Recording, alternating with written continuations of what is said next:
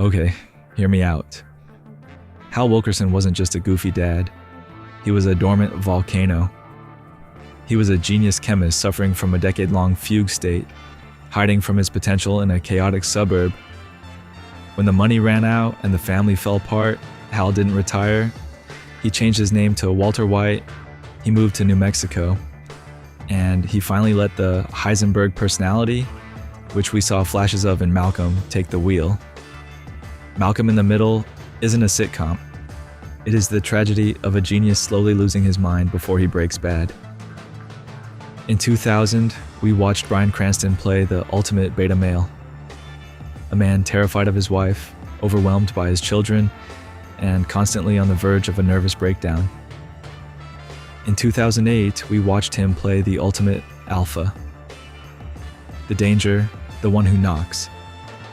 We think this is range, but look at the psychology, look at the underwear, look at the rage simmering behind the eyes. Today, I'm going to prove to you that Hal didn't dream Breaking Bad. He lived it. It was his inevitable destiny. Let's start with the kids. Malcolm is a certified genius. IQ of 165. Photographic memory, mathematical wizard. Where did that DNA come from? It didn't come from Lois. Lois is street smart, but she is impulsive, emotional, and reactive. It came from Hal. Throughout the series, Hal displays flashes of savant-level brilliance that terrify him. He builds a killer robot. He invents a new form of speed walking. He counts cards. Look at the painting episode. Hal spends weeks working on a masterpiece. He ignores his job. He ignores his kids. He is searching for the perfect color. And when he finishes, he realizes it isn't perfect, so he destroys it. This is the Heisenberg standard. Walter White wouldn't accept 96% purity. He needed 99.1%. Hal Wilkerson wouldn't accept a good painting. It had to be a masterpiece or it was garbage. Hal suppresses his intellect because he sees what it does to him. It makes him obsessive. It isolates him. He chooses to be a dummy because being a genius is too painful. Al, can you replace that light bulb in the kitchen? What does it look like I'm doing? We think of Hal as a bad liar. But is he? There is an episode where we find out Hal hasn't gone to work on Fridays for 15 years. He went to theme parks. He went to the arcade. He successfully hid a double life from Lois, the most suspicious woman on Earth, for a decade and a half. This requires a sociopathic level of compartmentalization. Walt hides his meth empire from Skylar for months using the bumbly dad routine. Oh, I was just out for a walk. I lost track of time. Walt didn't learn how to lie to Skylar in season 1. He mastered that skill lying to Lois in Malcolm in the Middle. He uses his own incompetence as a shield. I'm just goofy Hal/Walt. I couldn't possibly be a drug lord. It is the perfect camouflage.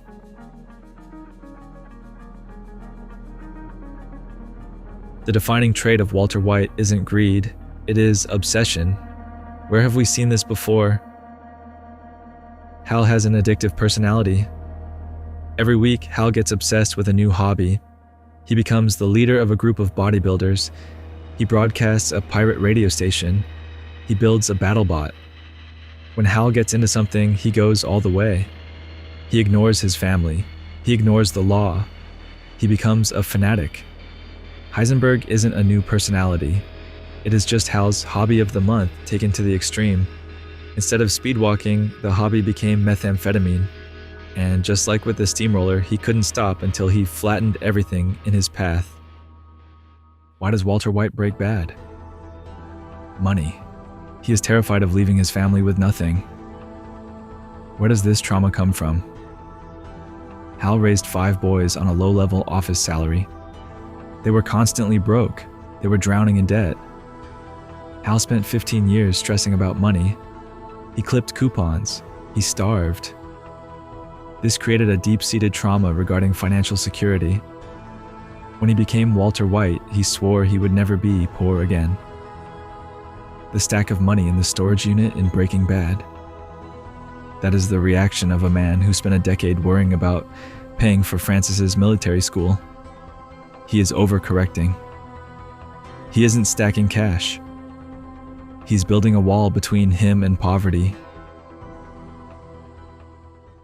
You can't talk about Hal without talking about Lois. Lois is a force of nature. She is controlling, loud, and terrifying. Hal spent years learning how to navigate a marriage with a dominant partner. Skylar White is often hated by fans for being controlling. But to Hal, Skylar is the Lois light. Hal knows exactly how to handle a woman who asks too many questions. He gaslights. He plays the victim. He uses affection as a distraction. Lois was the boot camp. If you can hide a secret from Lois Wilkerson, hiding a meth lab from Skylar White is a walk in the park.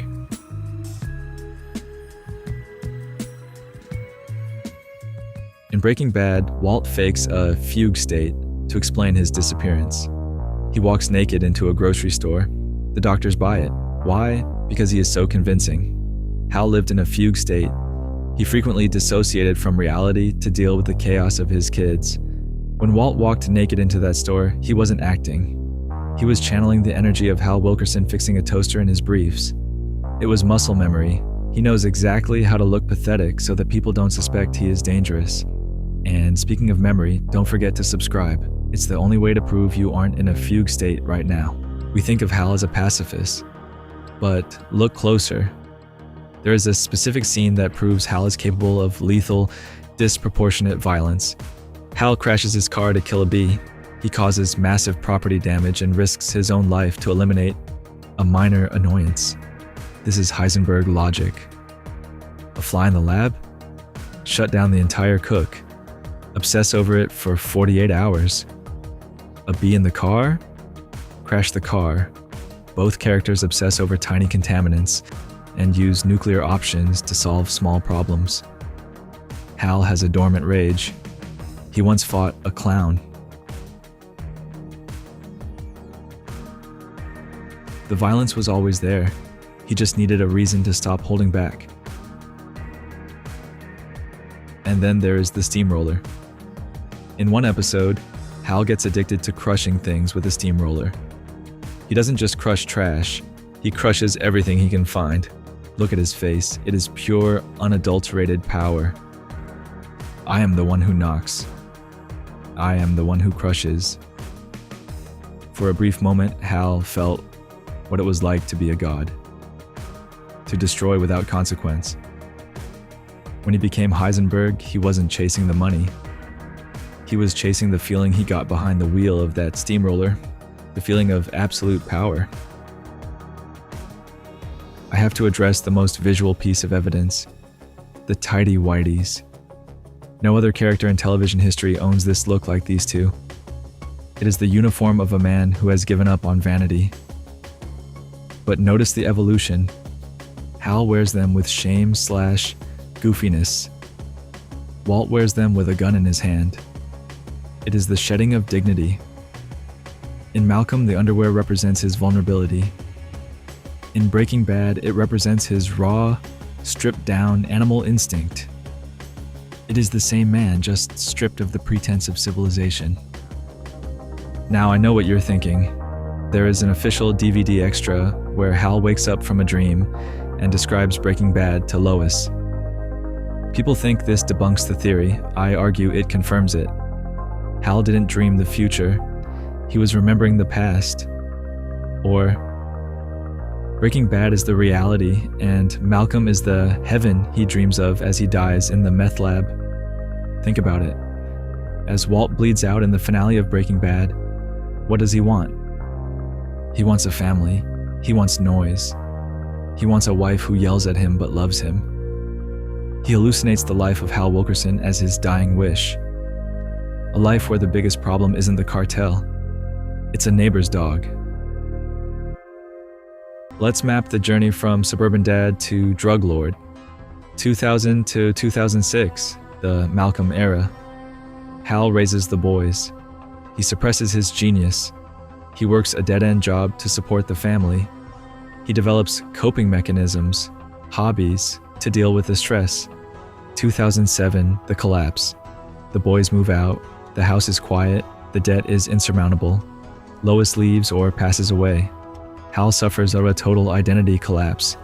2007, the move. He moves to New Mexico. He legally changes his name to Walter White, a color representing a blank slate. He meets Skylar, a woman who reminds him of a younger, less intense Lois. He suppresses the Hal chaos and becomes Walt the Boar. 2008, the diagnosis. The cancer strikes. The Hal suppression fails. The genius wakes up, but this time, without the boys to distract him, the genius turns dark. 2008 to 2010, Heisenberg. He builds the empire. He channels all of Hal's obsessive energy into a product that is 99.1% pure.